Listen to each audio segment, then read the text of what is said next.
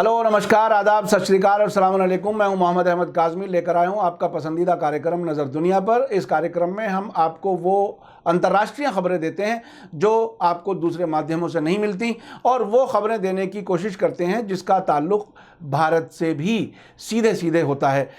आज आपको काफ़ी दिनों के बाद भारत के पड़ोसी देश अफ़गानिस्तान से आने वाली ताज़ा खबर दे रहा हूं, जिसमें कोशिश करूंगा कि इन खबरों के पीछे क्या है ये भी आपको बता दिया जाए। एक तरफ अमेरिका और तालिबान के बीच बातचीत का सिलसिला जारी है, साथ ही तालिबान ने काबुल में आतंकी हमले भी बढ़ा दिए हैं। ऐसा लगता है कि अफ़गानिस्तान की अशरफ गनी सरकार पर तालिबान से सीधे बातचीत के लिए दबाव बनाया जा रहा है। मेरा तो ये समझना है कि हथियार बेचने वालों का आतंकी गुटों से सीधा ताल्लुक होता है।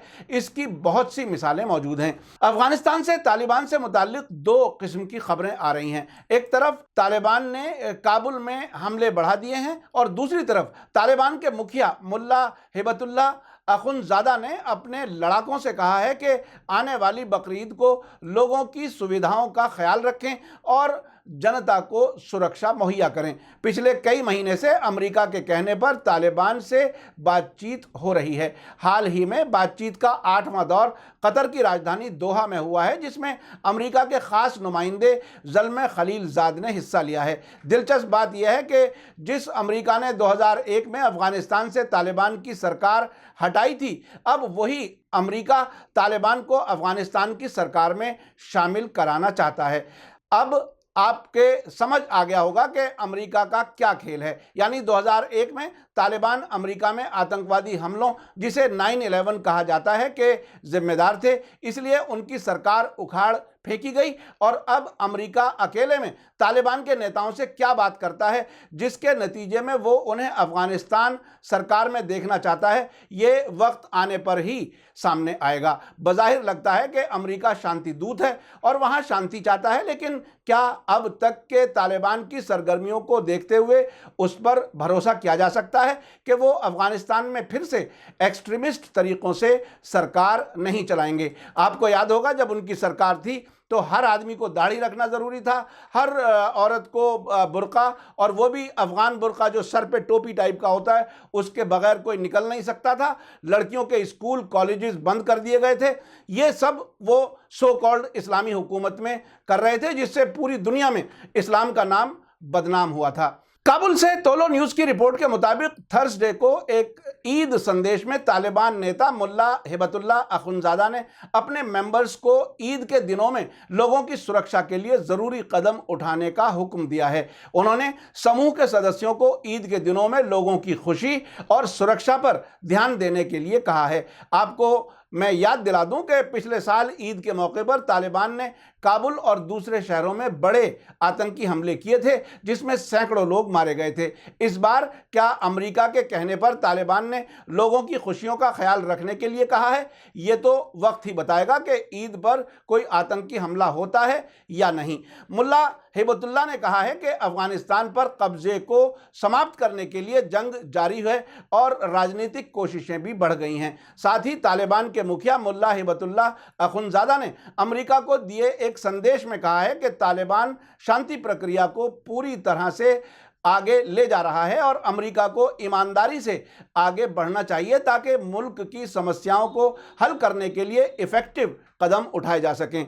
आपको साथ ही बताता चलूं कि तालिबान अफ़गानिस्तान से विदेशी सेनाओं को वापस जाने की मांग करते रहे हैं, और डोनाल्ड ट्रंप जब से राष्ट्रपति बने हैं तभी से अफ़गानिस्तान से अपनी फ़ौजें वापस बुलाने की बात कहते रहे हैं। 2001 से अब तक अफ़गानिस्तान में अमेरिकी और नाटो फ़ौज होने के बावजूद 18 साल गुजरने के बाद भी बेहतर सुरक्षा की हालत नहीं बन सकी है। शायद ऐसा लगता है कि जब भी बड़ी ताकतों के लिए सियासी तौर पर ज़रूरत होती है, वहां आतंकी हमले बढ़ाए जाते हैं। तालिबान नेता ने अमेरिकी राजनीतिक और सैनिक अधिकारियों की विवादास्पद यानी कंट्रोवर्शियल कमेंट्स में वृद्धि और हवाई हमलों में ज्यादती होने की आलोचना की है। उनका कहना है कि इससे तालिबान के दरमियान शांति प्रक्रिया पर चिंताओं और संदेह का आगे बढ़ना नेचुरल है। इसी बीच अमेरिका के विशेष दूत ज़ल्मे खलीलजाद ने मंगलवार को कहा कि उन्होंने पिछले कुछ दिनों में दोहा में तालिबान के साथ अपनी बातचीत में अच्छी खासी प्रगति की है।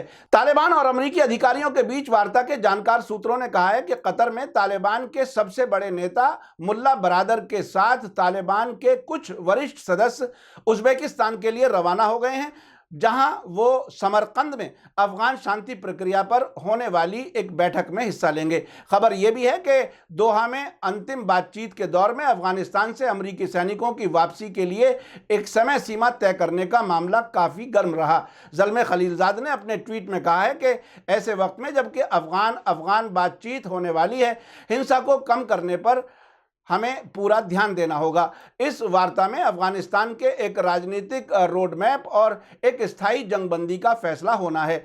इस सब के साथ काबुल से खबर है कि बुधवार को एक पुलिस स्टेशन के बाहर हुए जोरदार बम धमाके में कम से कम 14 लोगों की मौत हो गई है और लगभग 150 लोग घायल हुए हैं।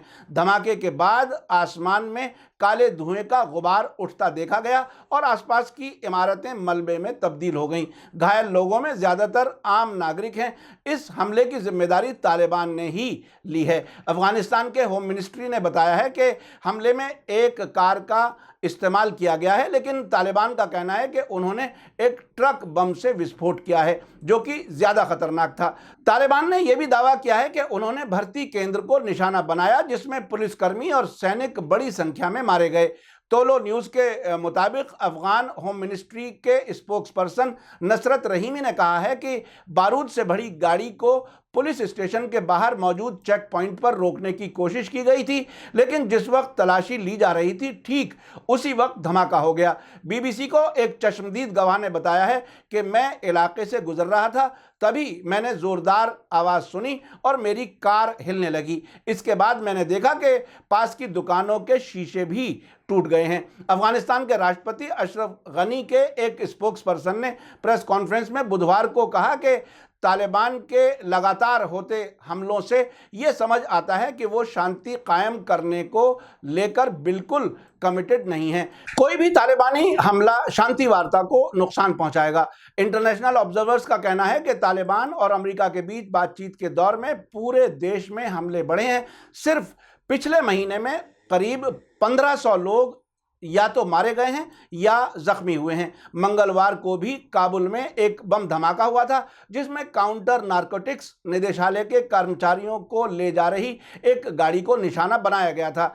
इस हमले में 5 लोगों की मौत हो गई थी और 7 घायल हुए थे। साथ ही तालिबान ने मुल्क में 28 सितंबर को होने वाले राष्ट्रपति इलेक्शन का बायकॉट करने की अपील की है और साथ ही धमकी दी है कि वो चुनावी रैलियों पर हमले करेंगे।